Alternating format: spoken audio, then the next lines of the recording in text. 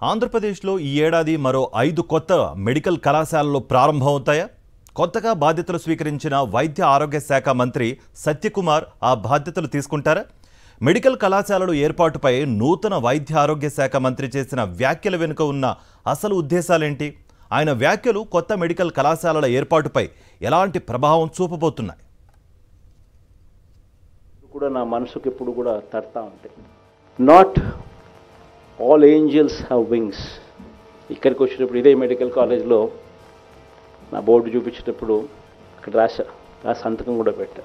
Not all angels have wings, some have stethoscopes. Just keep these words in mind somewhere, and I trust that you will become one of the best doctors the country has ever seen. And all the very best. YSRCP ప్రభుత్వ హయాంలో విద్య, వైద్య రంగాలకి అత్యంత ప్రాధాన్యత ఇచ్చారు. వైద్య ఆరోగ్య రంగంలో ఎన్నో విప్లవాత్మకమైన కార్యక్రమాలకి శ్రీకారం చుట్టారు. ఆరోగ్యశ్రీ పథకాన్ని బలోపేతం చేసి ఫ్యామిలీ డాక్టర్ విధానం ద్వారా నేరుగా పేదల ఇళ్ల ముంగిటికే వైద్యాన్ని తీసుకొచ్చారు.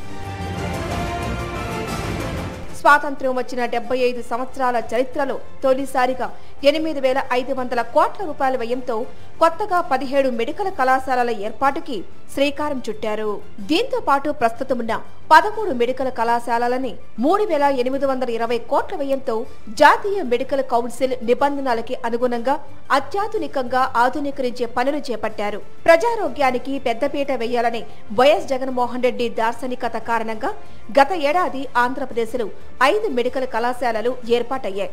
ఎన్నో దశాబ్దాల కలగా ఉన్న మచిలీపట్నం, ఏలూరు, విజయనగరం, నంద్యాల, రాజమండ్రిలలో 750 సీట్లతో మెడికల్ కళాశాలలు ప్రారంభమయ్యాయి. ఇదే క్రమంలో ఏడాది మరో 5 మెడికల్ కళాశాలలు ప్రారంభించడానికి వీలుగా గత 2 సంవత్సరాలుగా కృషి చేశారు. వచ్చే ఏడాది మిగిలిన 7 మెడికల్ కళాశాలలు ప్రారంభించడానికి కూడా మొన్నటి జగన్ ప్రభుత్వం ప్రణాళికలు సిద్ధం చేసి పనులు ప్రారంభించింది. ఈ ఏడాది ప్రారంభం కావాల్సిన పులివెందుల, మార్కాపురం, ఆదోని, పాడేరు, మదనపల్లి మెడికల్ కళాశాలలు సిద్ధమయ్యాయి.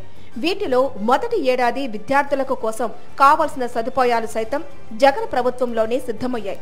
ఈ నెలాఖరులోపు ఈ మెడికల్ కళాశాలల ఏర్పాటుకు కావాల్సిన అర్హతలను పరిశీలించడానికి కేంద్రం నుంచి జాతీయ మెడికల్ కౌన్సిల్ బృందం రాబోతోంది.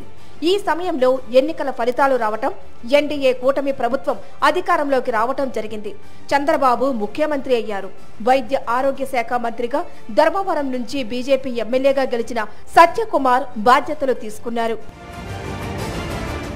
ఈ క్రమంలో గత జగన్ ప్రభుత్వంపై అక్కసుతో ఆరోగ్య మంత్రి సత్యకుమార్ చేసిన వ్యాఖ్యలు కలకలం రేపుతున్నాయి.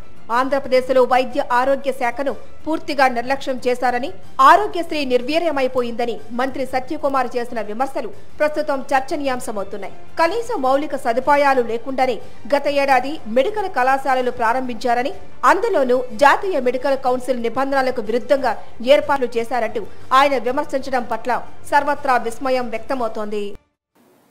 ఆరోగ్యశ్రీలో కూడా అనేక అవకతవకలు ఉన్నాయి. అనేక హాస్పిటల్ని ఎంపానల్మెంట్ చేశారు. ఆరోగ్య శాఖకే అనారోగ్యం తెచ్చే పరిస్థితి 5 సంవత్సరాల్లో జరిగింది. మళ్ళీ చెప్తున్న రాజకీయ విమర్శల కోసం నేను చెప్పట్లా. మెడికల్ కాలేజీల విషయంలో కూడా ప్రభుత్వం నేను తెచ్చాని తీసుకురావాలా. కేంద్ర ప్రభుత్వం 17 మెడికల్ కాలేజ్ మంజూరు చేసింది. ఇంకొన్ని మెడికల్ కాలేజ్ రావాల్సిన అవసరం ఉంది రాష్ట్రానికి.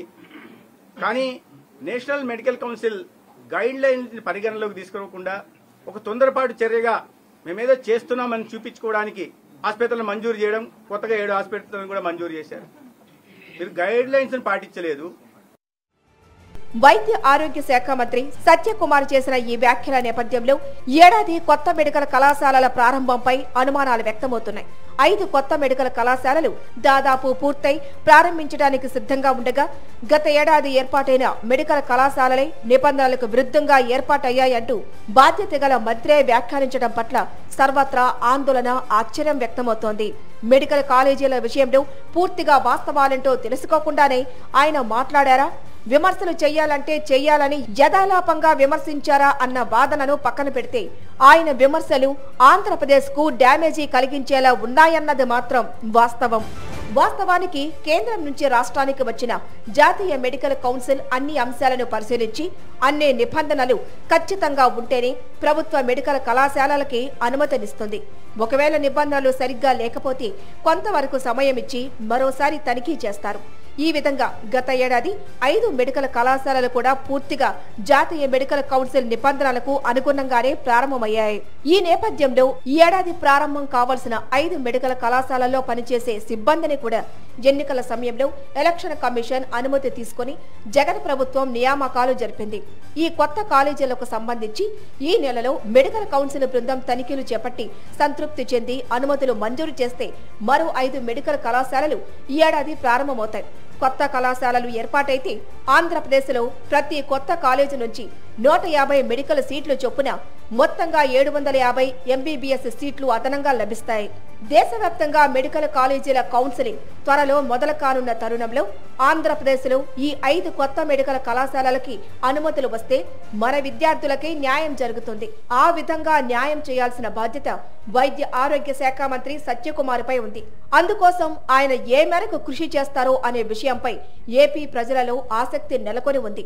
గత జగన్ ప్రభుత్వంపై నేటి చంద్రబాబు ప్రభుత్వానికి ఎంత అక్కసు ఉన్నప్పటికీ కూడా దాన్ని పక్కన పెట్టి రాష్ట్ర ప్రయోజనాల కోసం కృషి చేయాల్సిన సందర్భం ఇది అని మరోపక్క రాజకీయ పరిశీలకులు అభిప్రాయపడుతున్నారు. రాష్ట్ర ఆరోగ్య శాఖ మంత్రిగా ఉన్న బీజేపీ ఎమ్మెల్యే సత్యకుమార్పై కేంద్ర వైద్య ఆరోగ్య శాఖ మంత్రితో మాట్లాడి అనుమతులు మంజూరు చేయాల్సిన కీలక బాధ్యత ఉందని వారు గుర్తు చేస్తున్నారు. ఈ నేపథ్యంలో మంత్రి సత్యకుమార్ పార్టీల పరమైన అక్కసు రాజకీయాలకు ప్రాధాన్యత ఇవ్వకుండా రాష్ట్ర ప్రయోజనాలకు ప్రాధాన్యత ఇవ్వాలనే వాదన సర్వత్రా వినిపిస్తోంది.